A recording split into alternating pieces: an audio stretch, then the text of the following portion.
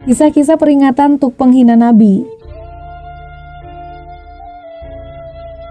Berikut beberapa kisah tentang kehinaan para pencela Nabi dan hadis Nabi. Semoga kisah-kisah ini menjadi peringatan bagi kita semua, sehingga kita tidak termasuk orang demikian. Umi tidak menerima mayat penghina Nabi.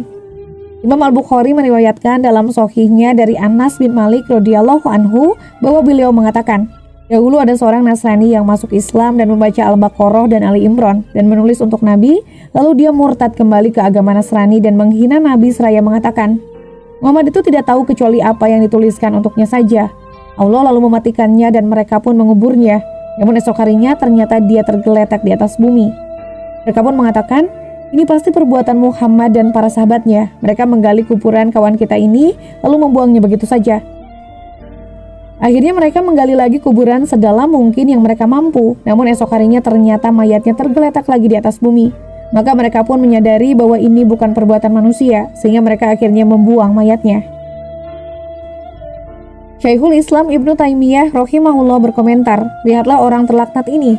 Ketika dia berdusta tentang Nabi dengan ucapannya bahwa beliau tidak mengerti kecuali apa yang dituliskan untuknya, maka Allah membinasakannya dan membongkar kedoknya dengan memuntahkan mayatnya dari kuburannya setelah beberapa kali dikubur.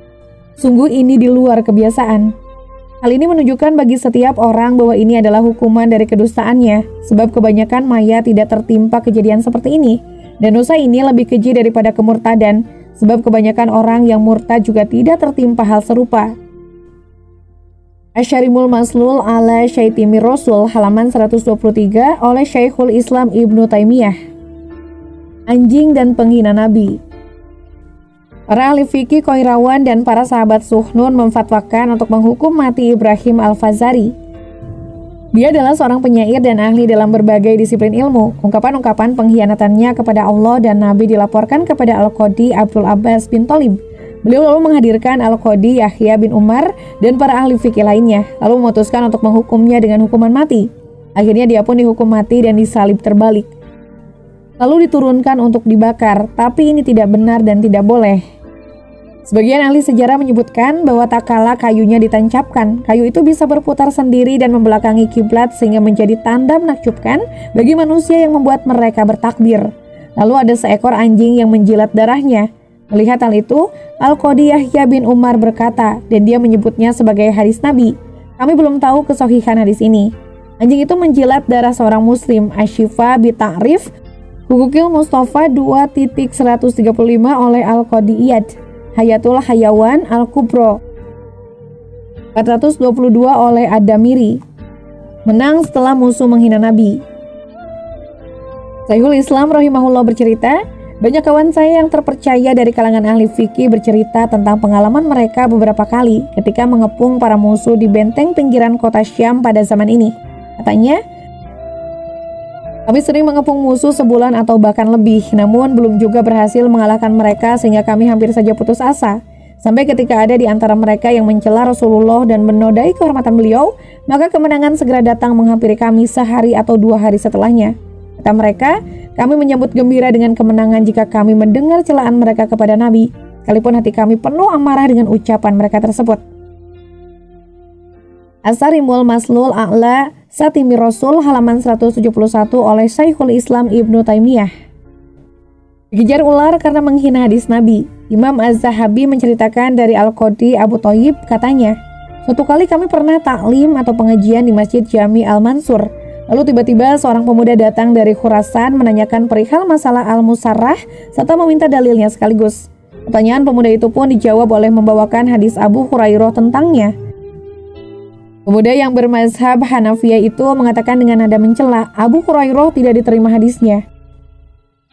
Belum selesai ucapannya, kemudian ada ular besar yang menjatuhinya dari atap masjid. Melihatnya, manusia pun berlarian ketakutan. Ular tersebut terus mengejar pemuda tadi yang sedang berlari. Dikatakan kepadanya, taubatlah, taubatlah. Ular itu mengatakan, saya bertaubat. Akhirnya ular itu pun hilang, tiada membawa bekas. Imam Az-Zahabi berkomentar, sanadnya para tokoh imam, Abu Hurairah merupakan sosok sahabat yang sangat kuat hafalannya terhadap hadis Nabi secara huruf per huruf.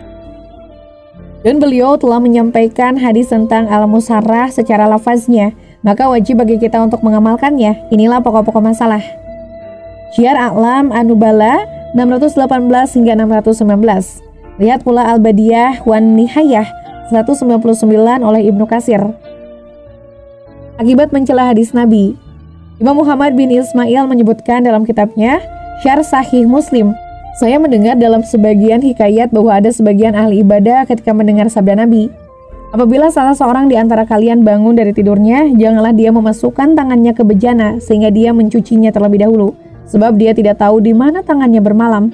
Hadis riwayat Muslim nomor 103. Ahli bidah itu dengan nada mencela berkomentar, saya tahu kok di mana tanganku bermalam, di atas kasur. Maka tak kalah terbangun di pagi hari, ternyata dia memasukkan tangannya ke duburnya hingga sampai siku-sikunya. Imam At-Taimi mengomentari kisah di atas, maka hendaknya seorang takut dari merendahkan sunnah Nabi. Lihatlah kesudahan mereka yang sangat mengenaskan di atas. Imam An-Nawawi rahimahullah berkata setelah membawakan kisah di atas, dengan kasus ini adalah fakta yang terjadi pada zaman kita sekarang ini dan beritanya mutawatir serta telah sahih menurut para hakim bahwa ada seorang yang berakidah jelek dari kota Busra pada awal tahun 665 Hijriah. Dia punya seorang anak yang soleh. Suatu hari anaknya datang dari gurunya yang soleh membawa siwak. Ayahnya mengatakan dengan nada mengejek, "Gurumu memberimu apa?" Jawab sang anak, "Siwak ini." Lalu sang ayah mengambil siwak tersebut dan meletakkan di dapurnya sebagai penghinaan. Selang beberapa hari ayah tersebut mengeluarkan dari dapurnya sejenis ikan. Lalu setelah itu atau selang 2 hari berikutnya orang itu meninggal dunia. Semoga Allah melindungi kita dari balanya dan memberikan taufik kepada kita untuk mengagungkan sunnah dan syiarnya. Tidak bisa berjalan akibat menghina hadis.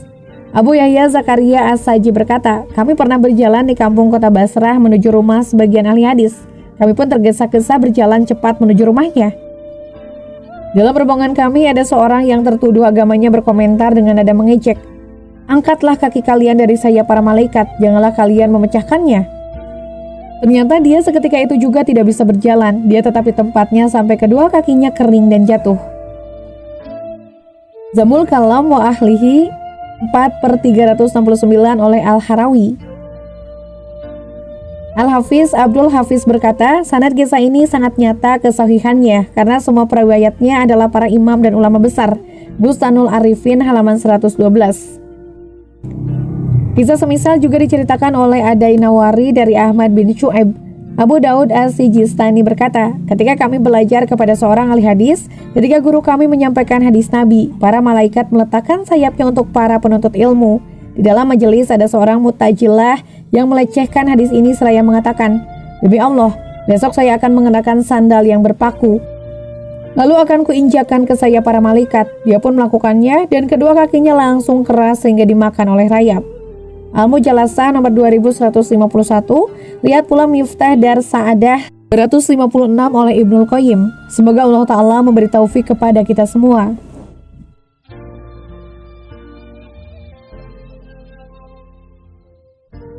Nah, itulah akhir dari kisah ini. Terima kasih telah menyaksikan video ini di channel Hikmah Kehidupan. Jika kalian menemukan nilai dan inspirasi dalam konten kami, jangan ragu untuk subscribe, like, dan aktifkan notifikasi agar kalian tetap terhubung dengan kami. Bersama-sama mari kita terus mengeksplorasi keindahan kehidupan dan menginspirasi satu sama lain. Sampai jumpa di video berikutnya. Salam bijak dan penuh hikmah. Wassalamualaikum warahmatullahi wabarakatuh.